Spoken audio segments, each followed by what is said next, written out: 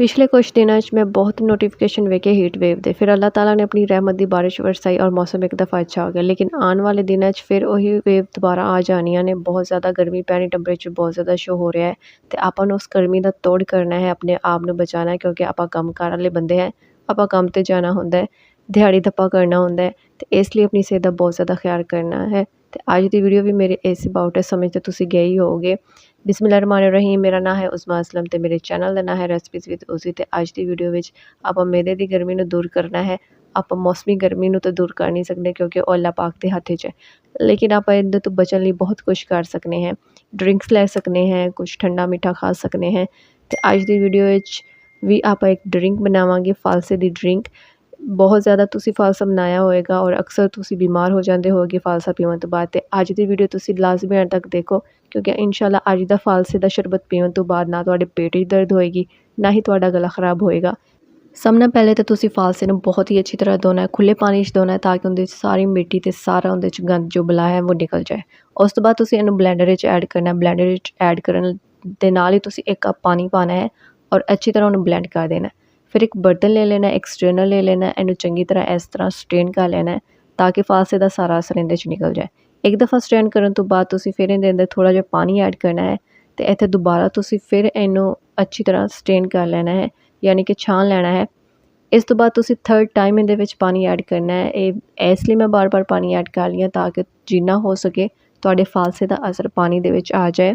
यकीन करो, इस स्ट्रेनर दे विच कोई इहदी गुठली, कोई इहदा छिलका कुछ भी नहीं जाएगा, सिर्फ पानी ही जाएगा। लेकिन फालसे का जिहड़ा निचोड़ है, जिहड़ा ज़्यादा असर है, वो अपने पानी दे विच शामिल हो जाएगा। इत्थे तुसीं देख सकते हो सारा फालसा मैं निकाल लिया अच्छी तरह। इस तो बाद की करना है, तुसीं एक कढ़ाई ले लैनी है, उहदे च 1 कप तुसीं पानी दा ऐड कर देना है, तो 1 कप ही तुसीं चीनी दा ऐड कर देना है।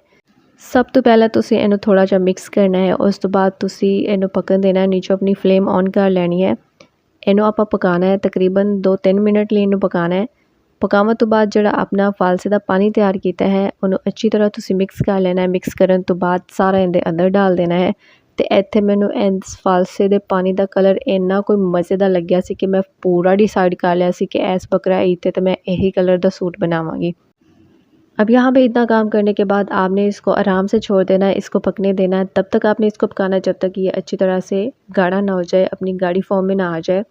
साइडों से आपने बर्तन को अच्छे से साफ़ करते जाना है और बस आराम से इसको पकने देना है। बार बार इसमें चम्मच हिलाने की ज़रूरत नहीं है, थोड़ी थोड़ी देर बाद चम्मच हिलाते जाए। अब यहाँ पे आपने इसके अंदर ये जो झाग बन रही है, सारे किनारों के से इसकी झाग जो है वो अच्छे से निकाल लेनी है।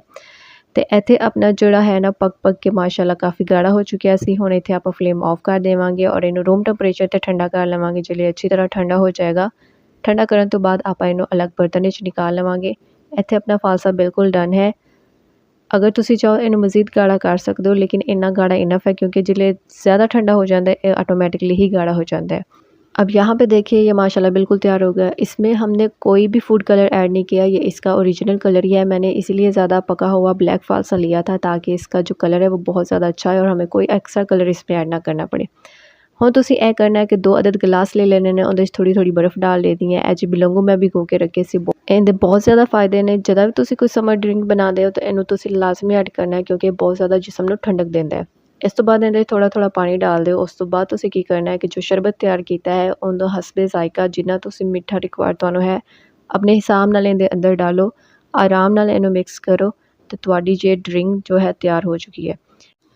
सिर्फ पकाने में जो टाइम लगता है वही है, बाकी उसके बाद इसको तैयार करना बिल्कुल भी मुश्किल नहीं है। तो एक और गल, तुसीं इहनूं सेव कर सकते हो तकरीबन 1 महीने लिए, कोई मसला नहीं। इहनूं आराम नाल तुसीं बनाए हुए शरबत नूं फ्रिज च रख दो, जिले तुहाडा दिल करे आराम नाल उहनूं यूज़ करो तो पी जाओ। तो इत्थे दी अपनी जो ड्रिंक है, अपना फालसे का शरबत बिल्कुल तैयार है। तो यह है अपनी ड्रिंक की फाइनल लुक। जाते जाते मेरे चैनल को सबसक्राइब की जाना, तो मेरी वीडियो को लाइक और शेयर लाजमी की जाना।